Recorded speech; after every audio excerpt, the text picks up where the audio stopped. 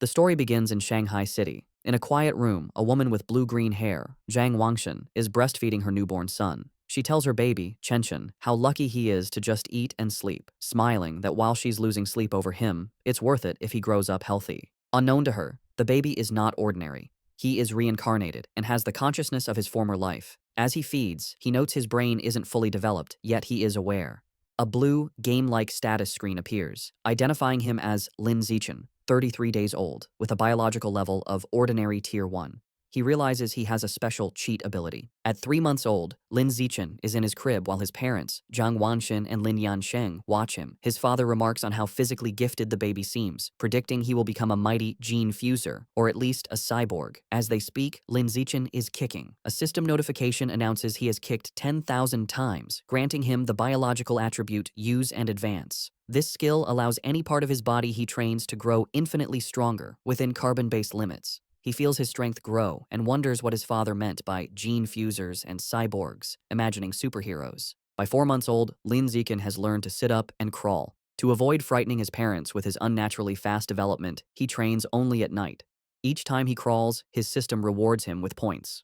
A month later, at 5 months old, he has mastered walking. At 6 months, he can finally sit up and crawl in front of his parents without it seeming too strange. While watching television, a news report on aberrant beasts shows gene fusers and cyborgs joining forces to fight them. For the first time, Lin Zichen understands this world is vastly different from his old one. He learns this Earth has mutated, giving rise to terrifying creatures called aberrant beasts. To fight them, humanity developed 2 paths. The first is mechanical ascension, where humans modify their bodies with technology to become powerful cyborgs. The second is gene modification, where humans fuse their genes with aberrant beasts, becoming gene fusers to fight monsters with their own power. Realizing the dangers, the reincarnated Lin Zichen resolves to use his system to grow up safely, evolve his abilities while laying low, and survive in this perilous world. One day, the doorbell rings. Zhang Wangxin opens it to a woman in a blue dress, Xu Ming, their new next-door neighbor. Xu Meng introduces her family, her husband, Shen Jianye, and their young daughter, Shen Qinghan, who clutches a doll. Lin Zichen looks at the little girl with purple hair. He acknowledges Shen Qinghan as his first friend in this new world, sensing their destinies will one day be tightly bound. Time passes, and Lin Zichen dedicates himself to training. At 7 months, thanks to his use and advanced skill, he has mastered running, jumping, and basic language by talking to himself, earning stat points for each activity. By 8 months, his training has progressed to doing sit-ups and push-ups in his crib. He is careful to practice only when his parents are not around. But one day, his mother, Zhang Wangshin, walks onto the balcony and is shocked to see her 8-month-old son doing sit-ups. She rubs her eyes in disbelief. However, being a web novel author, she dismisses it as a stress-induced hallucination. Lin Zichen immediately pretends to be asleep, breathing a sigh of relief and making a mental note to be more cautious. A few days later, while giving him a bath, Zhang Wangxin makes another shocking discovery. She screams for her husband, Lin Yansheng. When he rushes in, she points out that their 8-month-old son has defined abs. Lin Yansheng is stunned. He excitedly suggests their son might be a 1-in-a-million prodigy with a bright future as a powerful gene fuser or cyborg. Hearing this genius narrative, Lin Zichen is relieved his secret is safe, realizing how lucky he is to have 2 web novel authors for parents. Lin Zichen reflects that on this mutated Earth, he is not the only genius. He and his mother watch a news report about a 2-year-old from a martial arts family who can lift a 20 kilos dumbbell with one hand. Zhang Wangshin pulls her son close, proudly stating that her Chenchen is just as amazing. Lin Zichen is touched by his mother's confidence and wonders if he'll also be able to lift 20 kilos when he turns 2. By the time Lin Zichen turns 2, his training has paid off. He has kept a low profile while secretly developing his strength, easily lifting a 20 kilos weight with one hand in the storage room. His session is interrupted when his mother calls that Han Han, Shen Qinghan's nickname, is here to play. Startled, he puts the weight down and goes out. He opens the door to find Shen Qinghan, now also 2, offering him a tart.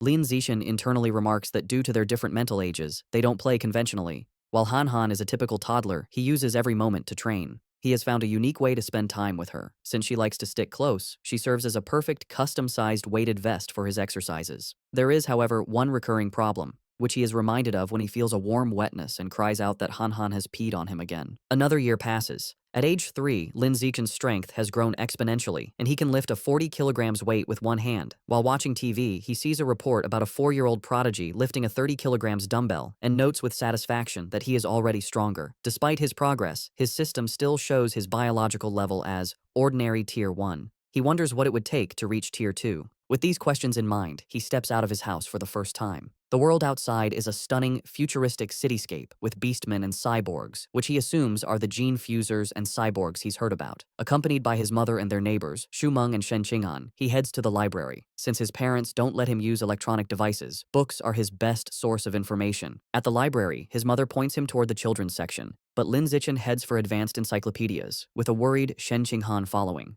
The mothers watch in confusion. Shumeng asks why he likes these books, and Zhang Wangxin guesses it's his genius genes. While Shen Qinghan offers him cookies, Lin Zichen is absorbed in his reading. Through the books, he learns that all life is categorized into 6 biological levels: ordinary, advanced, rare, epic, legendary, and mythical, each divided into 9 tiers. He realizes normal humans like his parents are at the bottom, ordinary tier 1, as insignificant as ants compared to higher-level beings. This knowledge lights a fire under Lin Zichen. He must accelerate his training while maintaining his cover. His system alerts him to a new quest: read 100 million characters to be rewarded with the celestial root of wisdom. Excited to train both mind and body, he accepts. For the next year, Lin Zichen splits his time between physical training and voracious reading. At age 4, he and Shen Qinghan begin kindergarten, holding hands with the IR teacher, Ms. Zhang Mei. His hard work pays off. Soon after starting school, he breaks through to ordinary tier 2. His physical prowess is immense. He can lift an 80 kilograms weight with one hand, high jump 1.2 meters, and sprint 100 meters in under 11 seconds. Outstanding stats for an adult, let alone a kindergartner. One day, he finds children surrounding a crying Shen Qinghan, calling her a bedwetter.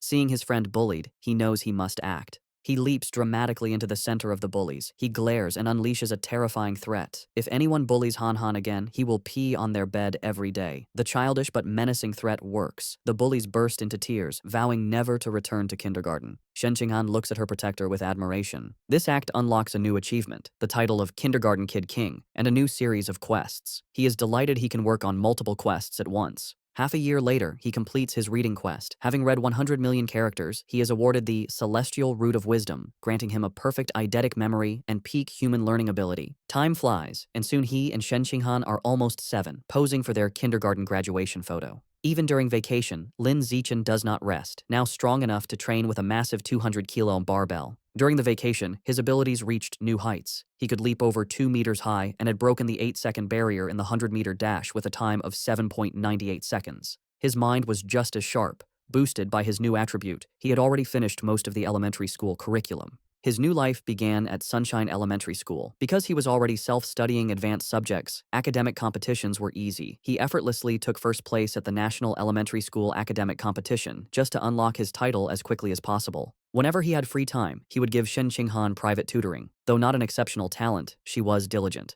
With his help, her grades improved dramatically, and after one semester, she was ranked second in the class, with Lin Zichen holding first place. To speed up his quest, he also participated in school sports meets, breaking every record. Just when he thought his school life would continue in this predictable routine, a special new transfer student appeared. The teacher introduced the newcomer, a girl with long, silvery blue hair named Bai Shui. Lin Zichen immediately knew she was different. As she stood in the doorway, he could sense a faint, unusual aura that did not belong to a normal human. As the new transfer student, Bai Shui, walks to find a seat, the other students watch her curiously. Shen Qinghan leans over to Lin Zichen, whom she calls Xiao Chen, and whispers about how pretty Bai Shui's hair is, like winter snowflakes. However, Lin Zichen is not in the mood to discuss aesthetics. As Bai Shui sits near him, his mind is on the strange, non-human aura he senses from her. He wonders if she could be a gene fuser or the descendant of one. In the following days, Bai Shui proves to be an enigma. She doesn't speak to anyone and lays her head on her desk the moment class ends, remaining motionless. She barely even gets up for the restroom. At first, students are curious, even taking photos with her while she sleeps. But as her behavior doesn't change, they lose interest, and the classroom returns to its routine. This peace is shattered over a month later. A bizarre phenomenon begins. Bai Shui starts to secrete a viscous, white liquid. The substance has a foul odor and drips down her clothes and legs. The other students react with disgust, complaining about the terrible smell. A mean-spirited boy sneers a crude comment about the liquid and then pours his water bottle over her head, claiming he's washing her out. Humiliated and soaked, Bai Shui clenches her fist on the desk, and tears stream down her face as she begins to cry, her shoulders shaking with silent sobs. The bullies erupt in cruel laughter at her distress. Watching from their desks, Shen Qinghan turns to Lin Zichen with a worried expression, asking if they can help poor Bai Shui. Lin Zichen is confused. He had sensed Bai Jue was dangerous, so he can't understand why she is crying. He agrees to help. As he walks towards the bullies, he reevaluates his assessment. While he still doesn't understand her, he realizes that for now, she isn't a threat. She is just a weak girl being bullied, and he has to step in. Lin Zichen walks up to the main bully and grabs him by the collar, calling out his name, Guan Chun. With a menacing smile, he orders the boy to wipe the water off Bai Shui's desk. Guan Chun is terrified and stammers that he'll wipe it up right away. The other bullies know they are in trouble. Lin Zichen is notorious at school for being skilled at both academics and fighting. Not even 6th graders dared to mess with him. Knowing it's better to comply, they quickly grab tissues and clean up the mess. Once the desk is clean, Lin Zichen's gaze sweeps over the group. He commands everyone involved to apologize to her immediately. The bullies, sweating and terrified, quickly comply. They line up before her desk and bow their heads, offering apologies and promising never to bully her again. With the bullies gone, Bai Xue looks up, her eyes still tearful. She gratefully thanks both Lin Zichen and Shen Qinghan. Shen Qinghan puts a comforting hand on Bai Xue's shoulder, telling her that classmates are supposed to help each other. From that day on, Shen Qinghan makes it her mission to befriend the quiet, white-haired girl, always dragging Lin Zichen along. The three begin spending their free time together. Shen Qinghan is especially kind, always sharing her tastiest snacks with Bai Xue first. During one of these moments, as Shen Qinghan offers her a treat, Bai Xue hesitates. She looks at them and asks if they aren't disgusted by her because she smells so bad. She explains she's sorry for not trusting them, but since she was little, she has always been ostracized by everyone. Having someone be nice to her feels so unreal that she thinks she must be dreaming. Bai Xue looks up in surprise when Shen Qinghan tells her firmly that this is not a dream. Shen Qinghan smiles gently and says she knows what it's like, so she would never be disgusted by her. She declares that as long as Bai Xue is willing, they will be friends forever, pulling a slightly exasperated Lin Zichen into the promise. Overcome with emotion, Bai Xue tightly hugs Shen Qinghan. Tears of gratitude stream down her face as she thanks them for their kindness. After composing herself, she tells them she wants to give them a gift in return. She holds out a necklace with a pair of beast fangs, explaining it was a birthday present from her mother. She gives it to them, hoping it can be a symbol of their friendship. Shen Qinghan enthusiastically agrees, and the three children stand together in the schoolyard as the sun sets, joyfully declaring they will be friends forever. However, just as their newfound friendship was solidified, the unexpected happened. One day, Shen Qinghan is stunned to learn that Bai Xue has transferred out of the school. Lin Zichen confirms it, revealing that he saw her filling out the withdrawal papers. He flashes back to watching from the principal's office doorway. He saw Bai Xue with the principal and a large, intimidating man with cybernetic arms. The principal assured the man that Bai Xue's paperwork was complete and her information would be kept confidential. The encounter confirmed Lin Zichen's suspicions that Bai Xue's identity was not simple. From that day on, he never saw Bai Xue again, left to wonder about her. But he notes that the events that followed were what truly captured his attention. Sometime later, Lin Zichen is at home giving his mother, Zhang Wangxin, a shoulder massage. She sighs in relief, telling him the massage is perfect after a long day of typing. Lin Zichen internally notes that he learned professional massage techniques thanks to his celestial root of wisdom and is surprised by its usefulness. Their quiet evening is interrupted by a major news report. It features another incredible achievement by the Kyoto prodigy. At just 10 years old, the boy has successfully fused with aberrant beast genes and can now lift a 500 kilograms boulder with one hand. Lin Zichen recognizes the boy and realizes with a jolt that his rival has already begun gene fusion. His father, Lin Yansheng, complains that the Kyoto prodigy is always on TV, questioning if they are trying to turn him into an influencer. The parents discuss it. Lin Yansheng explains the boy is from a 1,000-year-old martial arts family, so they likely have advanced gene fusion technology. Zhang Wangxin argues it's wrong to use a child as a guinea pig. Her husband counters that for such a family interests come first, earning a sarcastic "you know everything" from his wife. While his parents bicker, Lin Zichen is deep in thought. He recalls that before the fusion, the prodigy could lift 100 kilograms. Now he can lift 500 kilograms, a 5-fold increase. In comparison, Lin Zichen, at only 8, can already lift a 300 kilograms weight with one hand without any gene fusion. He concludes with a confident fist pump that his own potential is far greater. His confidence was soaring, but that feeling was short-lived. The next news report taught him the true meaning of fear. Breaking news shows a city in a neighboring country completely devastated by a massive explosion. The report states that based on footage, the attack was carried out by giant, aberrant rats. The screen shows horrifying images of monstrous rats swarming the ruins, capturing a screaming woman in their massive jaws, and then brutally devouring her. The news report continues, confirming heretics were responsible for the aberrant rat attack, fanning the flames from the shadows. At a press conference, an official from the devastated Sakura country pleads for international aid, explaining the heretics are a shadowy cult manipulating the beasts. Watching the news, Lin Zichen learns the cult is an anti-human organization of traitors who serve the aberrant beasts for their own gain. He feels relieved to be born born in a powerful, stable country, giving him a safe place to grow stronger while laying low. His thoughts are shattered by sonic booms outside. He rushes to the window and pulls back the curtain to see a squadron of heavily armed cyborgs flying through the night sky. He wonders why so many are being deployed, hoping nothing bad is happening. The next morning, everything seems normal. Lin Zichen waits for Shen Qinghan, who runs up, apologizing for being late. As she approaches, he notices something strange. The beast fang necklace Bai Shui gave them, now worn by Shen Qinghan, emits a bright blue glow. He realizes the fang is from an aberrant beast and the source of the faint, non-human aura he'd sensed from her. The glow fades as quickly as it appeared, and the two don't think much of it. However, between the cyborgs and the fang's reaction, Lin Zichen feels that something bad is about to happen. On their way to school, a striking woman with long red hair in a black dress leans against a lamppost, watching them. She comments on what adorable kids they are and steps in front of them, asking if they are brother and sister. Shen Qinghan proudly corrects her, explaining they are childhood best friends. The woman smiles wistfully, remarking how she wishes she had a childhood friend too. Then, her expression turns sinister. She leans in, eyes glinting, and asks why they're going to school alone and where their parents are. As Shen Qinghan begins to answer, Lin Zichen quickly grabs her hand, cutting her off. He pulls her along, stating they're going to be late, leaving the mysterious woman behind. Once a safe distance away, he gently scolds Shen Qinghan, reminding her not to talk to strangers. She nods. After school, Lin Zichen leads them through a deserted alleyway. Shen Qinghan nervously comments on how creepy it is. Lin Zichen explains the area is scheduled for demolition, and everyone has already moved out. Their walk is interrupted by a familiar voice. The red-haired woman from the morning appears, commenting on how they are finally out of school. She's not alone.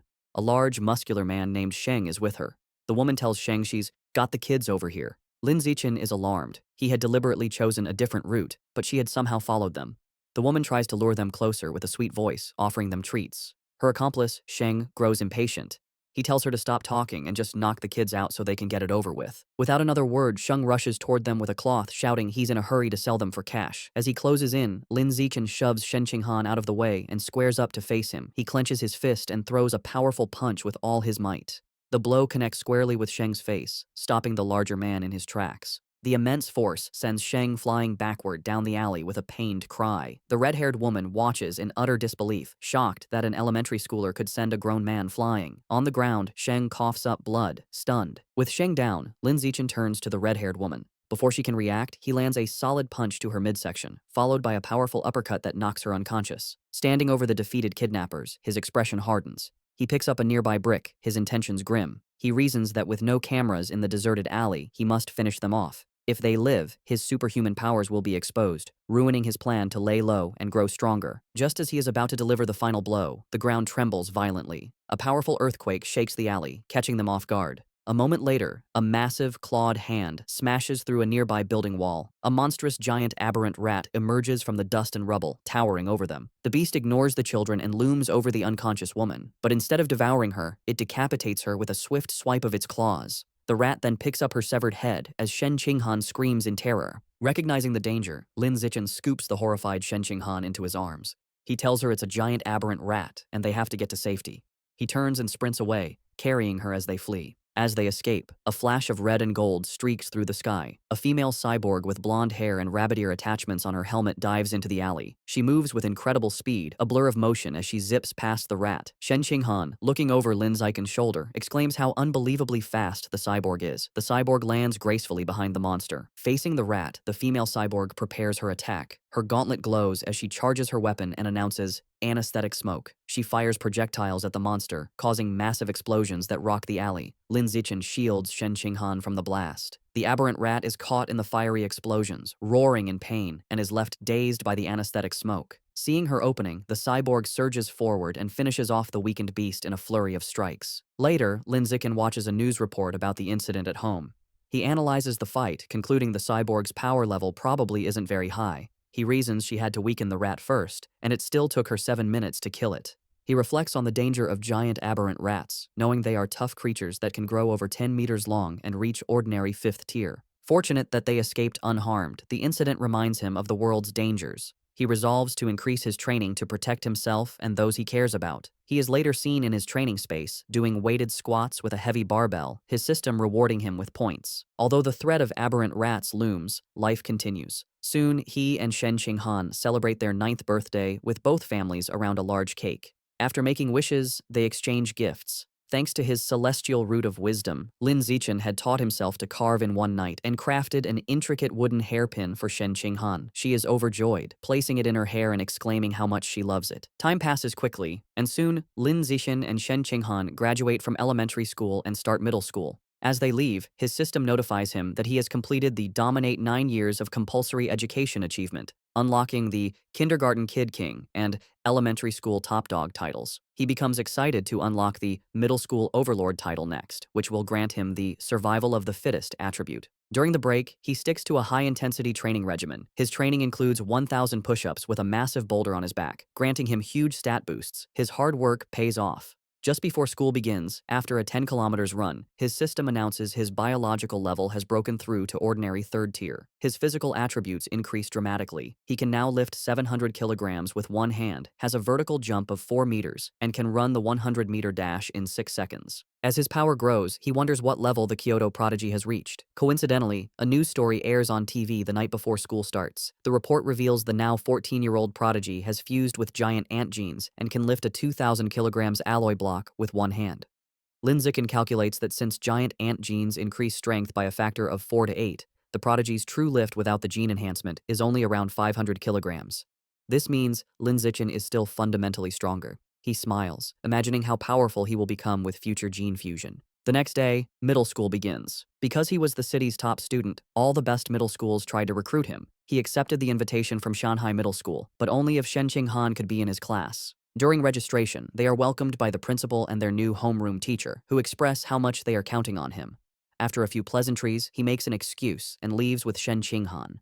The real reason he chose Shanghai Middle School was for its excellent athletic facilities. They had planned to play badminton on the school's court before classes officially started. On the court, an excited Shen Qinghan tells Lin Zichen, Xiaochen, they should start. She serves with a flourish, calling out her fairy's curveball. Lin Zichen easily catches the shuttlecock mid-air, but their game is interrupted. A group of upperclassmen approaches, and their leader, in a backward cap, snatches the shuttlecock, informing them the court is reserved. His friends mockingly offer to let Shen Qinghan stay and spar with them. Shen Qinghan stands her ground, telling them they have to follow the rules, and they were there first. Lin Zichen, seeing them get too close to Shen Qinghan, steps in with a cold expression. He tells them to get away from her and reminds them of the first come, first served rule. The leader scoffs, arrogantly declaring he is taking the court. The leader holds the shuttlecock and tosses it up, but before he can serve, Lin Zichen moves. He declares that from now on, his rules are the only ones that matter. With a surge of power, he leaps and smashes the shuttlecock with incredible force. The shuttlecock rockets across the court, a white blur. It moves so fast, the leader barely has time to react. The force of the impact shatters his racket and sends his cap flying. The upperclassmen are left in shock, sweating and trembling. They wonder if Lin Zichen is even human, questioning if he's a gene fuser. One notes with terror that if the shot had been off by a little, their boss's head would have been taken off. Thoroughly intimidated, the upperclassmen bow deeply in apology. They tell Lin Zichen they understand the rules now and will be leaving immediately. They then beat a hasty retreat. Perhaps because word of the incident spread, no one ever dared to bully Lin Zichen or Shen Qinghan again. Aside from being bigger with better facilities, their new school life felt much the same. Academically, Lin Zichen was far ahead, having finished the middle school curriculum long ago. During class, he would read interesting books to pass the time. At night, after workouts, he would use his celestial root of wisdom to learn new skills online, quickly dabbling in cooking, photography, driving, swimming, and various sports.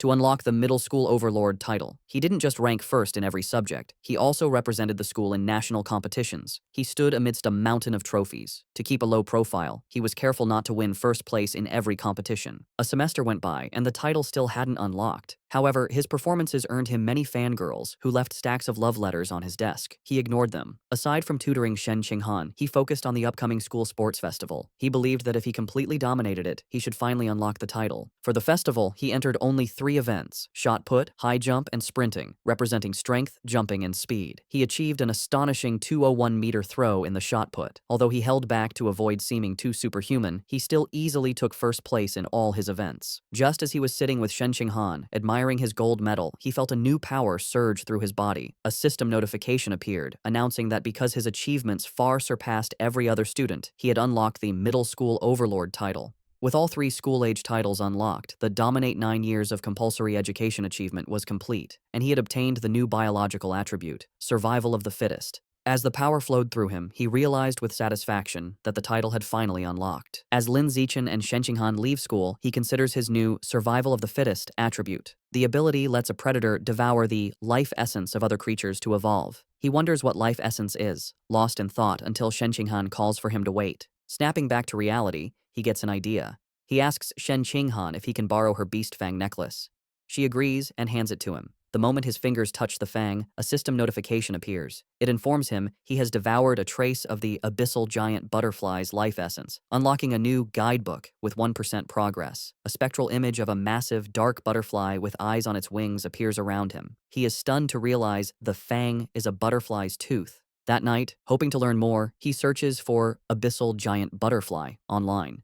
To his surprise, the search returns no results. Realizing he'll have to study this exotic beast on his own, he remembers Bai Shui had given them a pair of fangs. He rummages through his bag and finds the second tooth. Holding the second fang, he once again absorbs its power. Another system notification confirms he has devoured a second trace of life essence, but the guidebook progress only increases to 2%. He looks at the fang with disappointment, realizing there isn't much life essence left in it. He concludes he must find another way to unlock the abyssal giant butterfly's full power. The next day after school, to boost his training and ensure a quick escape route from any aberrant beasts, Lin Zichen starts biking Shen Qinghan to and from school every day. As they leave the school grounds, a man calls out to him, "Zichen." The man, in a tracksuit, stops them and introduces himself as Coach Guo from the school's martial arts team. He praises Lin Zichen's performance at the sports meet as the best in school history. With great enthusiasm, Coach Guo formally invites him to join the team, insisting his athletic talent surpasses his academic abilities. He urges Lin Zichen to say yes, but also offers him time to learn about the team before deciding.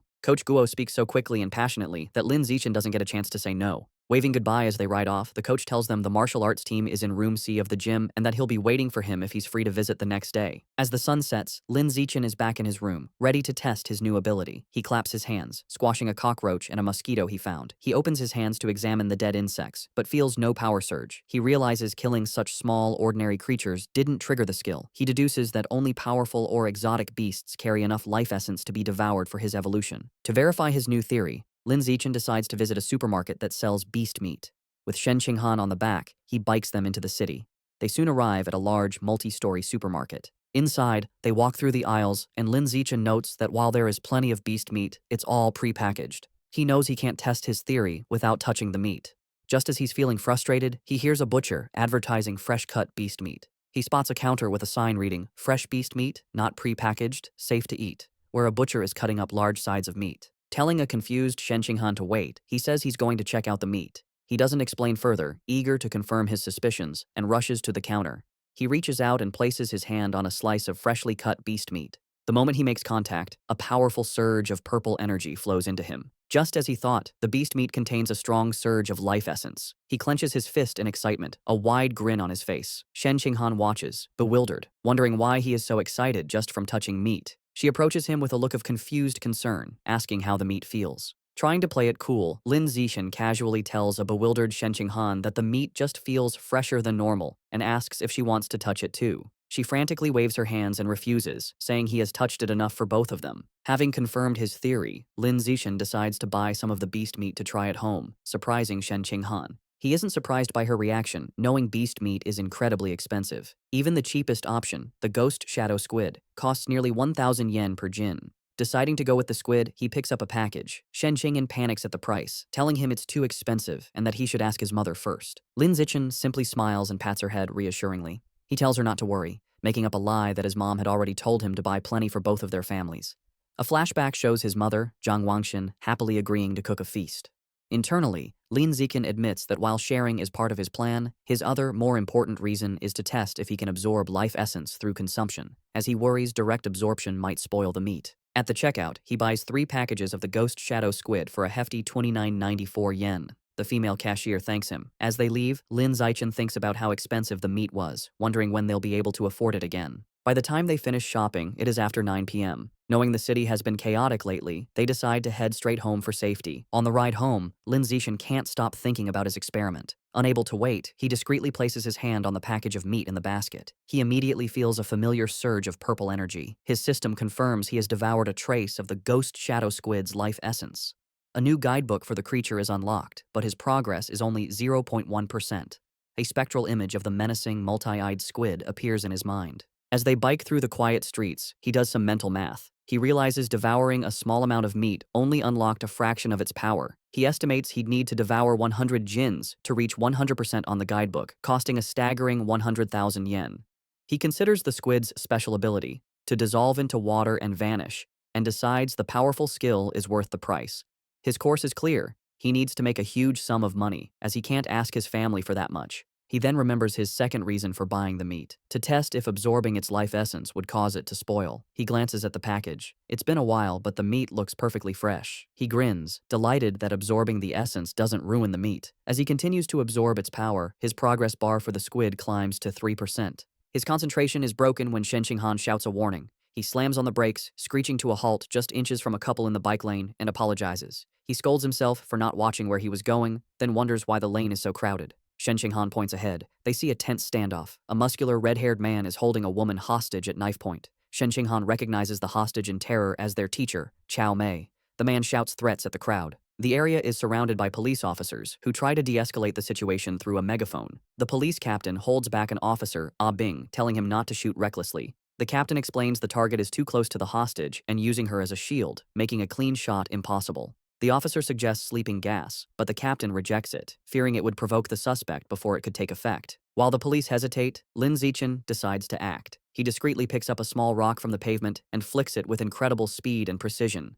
The rock strikes Officer Ah Bing's gun, causing it to misfire. The stray bullet hits the hostage-taker's hand, forcing him to cry out and drop his knife, releasing teacher Cao Mei. Seizing the opportunity, the police captain yells for his team to move in. The officers rush forward and swiftly arrest the disarmed suspect, while a female officer comforts the terrified but unharmed teacher Cao Mei. As the situation is controlled, Lin Zichen quietly gets back on his bike. Shen Qinghan looks at him with wide, questioning eyes and asks if he threw the rock. He quickly shushes her, saying they should leave and talk later, and they pedal away. Just as they are about to get away, a voice commands them to stop. The police captain calls out, asking if Lin Zichen was the one who threw the rock. Panicked at being caught, Lin Zichen quickly denies everything with a nervous smile. The captain watches them pedal away, finding it strange that someone wouldn't want to admit to a good deed. He muses aloud that there's a reward for bravery. The word reward instantly catches Lin Zichen's attention. Needing money, he slams on his brakes, skids to a halt, and rushes back to the captain. He sheepishly retracts his denial, admitting he threw the rock and explaining that the money is really important to him.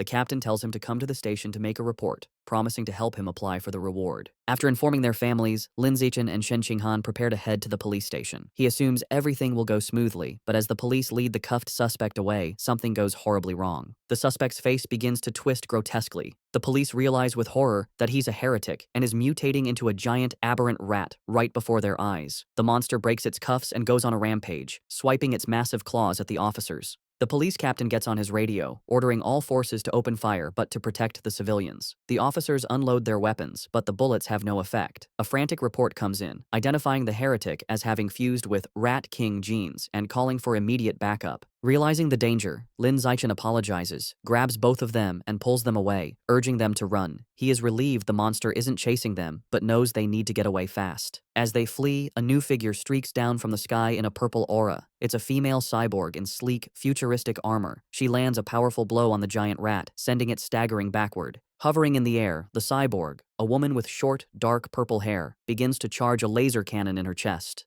With a command to fire, she unleashes a massive, devastating beam of purple energy that engulfs the mutant rat. The creature roars in agony as it is completely disintegrated, leaving nothing but scorched remains. Lin Zichen watches, stunned by the cyborg's incredible power. With the threat gone, teacher Cao Mei and Shen Qinghan breathe sighs of relief. Lin Zichen, however, is more concerned about his bike, noting with relief that the blast didn't hit it, which would have been a huge financial loss. Just as the tension subsides, he has a sudden realization. He looks into the bike's basket and sees the expensive ghost shadow squid meat has spoiled, giving off a foul smell. He now understands his initial theory was correct. Absorbing the life essence causes the meat to spoil, but there's a delay. Holding up a limp tentacle, he realizes he needs an excuse and decides to blame the fight and the now-deceased heretic. Putting on a dramatic show, he throws the spoiled tentacle down, loudly blaming the heretic and the cyborg's attack for roasting the meat. Teacher Cao Mei comforts him, saying what matters is that they're all safe. Although they plan to go home, at the captain's request, they end up riding with the security team to the station. They didn't expect to be transported in the same van as the heretic's remains. After the laser blast, all that was left was a pile of scorched flesh on a gurney, and the smell was intense. As he sits in the foul-smelling van, another thought strikes Lin Zichen. He remembers that the beast fangs from Bai Shui still contained life essence long after the creature was dead. A new possibility dawns on him. Could there be life essence left in this corpse as well? And if so, could he devour the corpse's Rat King gene for himself? Sitting in the police van, Lin Zichen wonders how much of the Rat King gene he can devour from the heretic's scorched corpse. Deciding to find out, he discreetly reaches his hand towards the remains. The moment he makes contact, he feels a powerful surge of red energy. His system confirms he has devoured a trace of the giant mutant rat's life essence, unlocking its guidebook with an impressive 5% progress. He is shocked by how much he absorbed and realizes the freshness of the source is directly proportional to the amount of life essence he can obtain. The escorting officer, Ah Bing, notices his movement and tells him to sit still. Lin Zichen quickly claims he just needed to stretch. Later, at the public security office, he knows that while Ah Bing was easy to fool, the security captain is sharper. The captain informs Lin Zichen that he has applied for his bravery reward, but then questions him more seriously. He asks how a middle schooler, at such a distance and in poor lighting, managed to so precisely hit the heretic's knife hand with a rock. Lin Zichen gives a vague answer, claiming it's because he often trains his right hand. The odd response leaves the captain speechless. Their conversation is interrupted when Shen Qinghan calls out that her auntie is here. Lin Zichen is surprised to see his parents rush into the station. His mother runs towards him in a panic, calling his name with a terrified expression. She throws her arms around him in a tight hug, asking if he's all right and telling him he scared her half to death. He tries to calm her, reassuring her that he's fine and even got a bravery reward. Holding him close, his mother makes him promise that next time there's danger, he will hide somewhere safe first. She tells him with tears in her eyes that all she wants is to see him grow up safe. Lin Zichen is visibly moved by his mother's heartfelt concern. As they leave, Lin Zichen reassures his mother he will always protect himself first. The police captain watches them go, still pondering the boy's strange abilities. On their way out, Lin Zichen passes two female police officers discussing the case. One remarks that perverts are getting more brazen, and her colleague reveals the heretic was a liberal arts student from Guangyuan University, brainwashed by the rat god cult. The first officer curses the cult, but the second points out they need to eliminate the root cause, the self-proclaimed Rat King. The name instantly catches Lin Zichen's attention. In the car home, he immediately starts researching the rat god cult on his phone. Surprised to find a ton of information, he learns the cult's main base is in Shanghai City, and most of its members are societal outcasts. He uncovers a shocking piece of information suggesting the Rat King wants to evolve into a higher life form and is forcing its followers to gather evolution materials. This leads him to a chilling question. Has the Rat King, an aberrant beast, already developed sentience? His thoughts are interrupted when he glances out the window and sees a giant rat, nearly the size of a cat, on the sidewalk. For a moment, he wonders if it's related to the Rat King, but quickly dismisses the idea, telling himself that in the South, cat-sized rats aren't that unusual. Shaking off the thought, he realizes how quiet Shen Qinghan has been. He looks over and sees her squirming uncomfortably, her knees pressed tightly together. He immediately understands. He recalls that ever since she was a child, whenever she gets nervous or startled, she can't control her bladder. While embarrassing for her, Lin Zichen has always felt this peculiar reaction might be linked to some hidden potential within her. When they get home, Lin Zichen's mother, Zhang Wangxin, is shocked that the nearly 3,000 yen worth of beast meat is gone.